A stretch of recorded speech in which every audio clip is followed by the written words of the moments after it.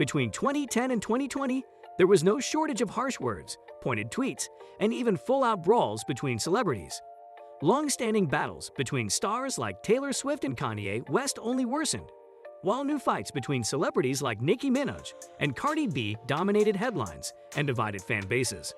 In today's video, we look back on some of the most intense celebrity feuds of the decade, so don't forget to watch the video to the very end.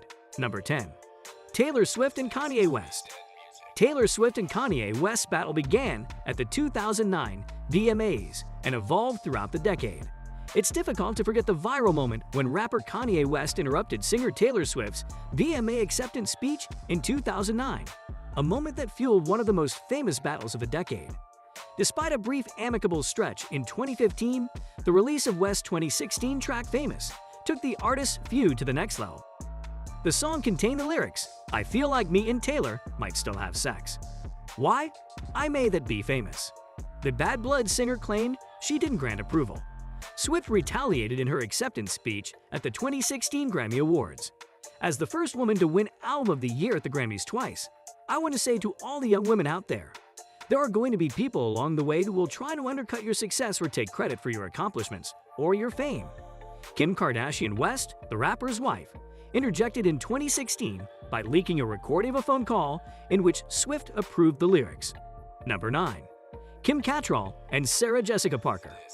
HBO's Sex and the City stars Kim Cattrall and Sarah Jessica Parker didn't share the same bond as their on-screen characters. When fans started to catch wind of a potential third HBO's Sex and the City movie in 2016, Kim Cattrall said that she wouldn't participate. Co-star Sarah Jessica Parker denied any hard feelings. "It was always so heartbreaking to me that there was this narrative about Kim and myself, because it just didn't reflect anything that happened on that set. Nobody asked those questions of shows with men. Isn't that interesting?" Parker said during an interview with Time. After the official announcement that there wouldn't be a third Sex and the City movie came in 2017, the Daily Mail reported that the movie was torpedoed by Kim Cattrall's outrageous demands, something Cattrall denied, saying she simply didn't want to make the movie. Number 8. Pusha T and Drake. Dating back to the early 2010s, this feud began when Pusha T suggested that Drake had a ghostwriter, prompting years of back and forth and lyrical disses between the rappers. However, the fight ramped up in May 2018 when Pusha T dropped "The Story of Ativan," a song filled with allegations about Drake, including that he had a secret son named Adonis, which turned out to be true. The cover art of the God's Plan rapper in blackface wearing a Jim Crow shirt. Number 7. Martha Stewart and Gwyneth Paltrow. Is there space for two Mavins in the lifestyle arena? Martha Stewart may not think so. E! News reported that Stewart was asked about her thoughts on Gwyneth Paltrow's lifestyle brand, Goop, in a 2014 issue of Porter magazine. "She just needs to be quiet. She's a movie star. If she were confident in her acting, she wouldn't be trying to be Martha Stewart," she told Porter.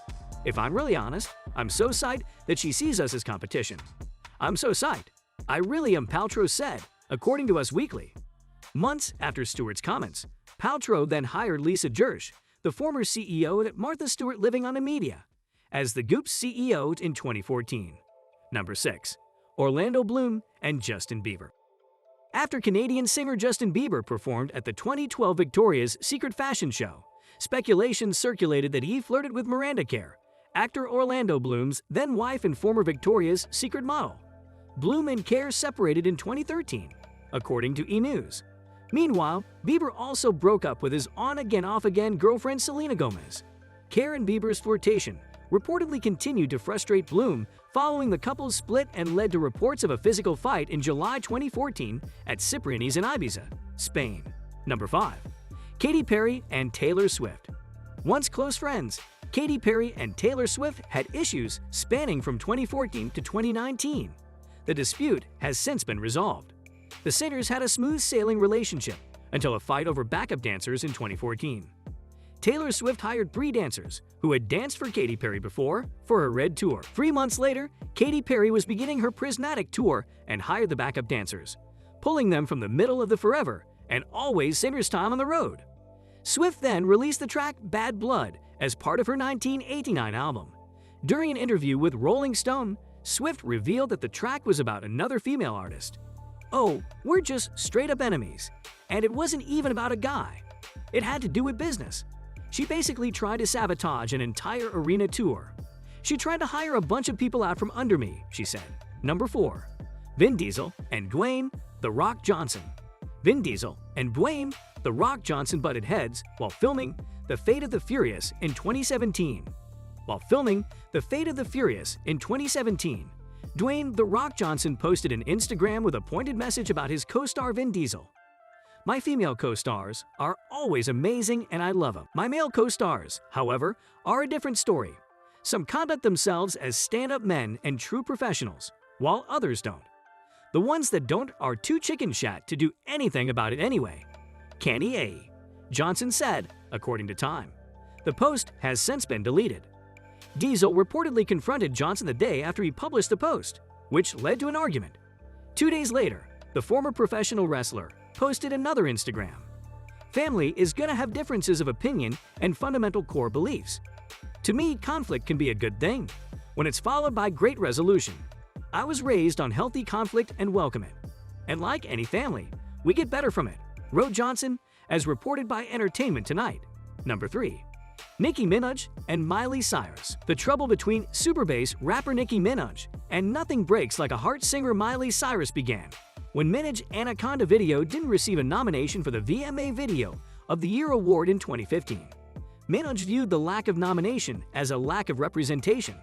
When the other girls drop a video that breaks records and impacts culture, they get that nomination, wrote Minaj, likely in reference to Taylor Swift and Miley Cyrus for her Bad Blood video.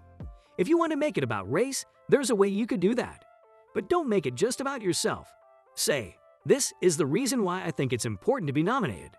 There's girls everywhere with this body type," Cyrus said in a New York Times interview. Number 2. Bette Midler and Ariana Grande.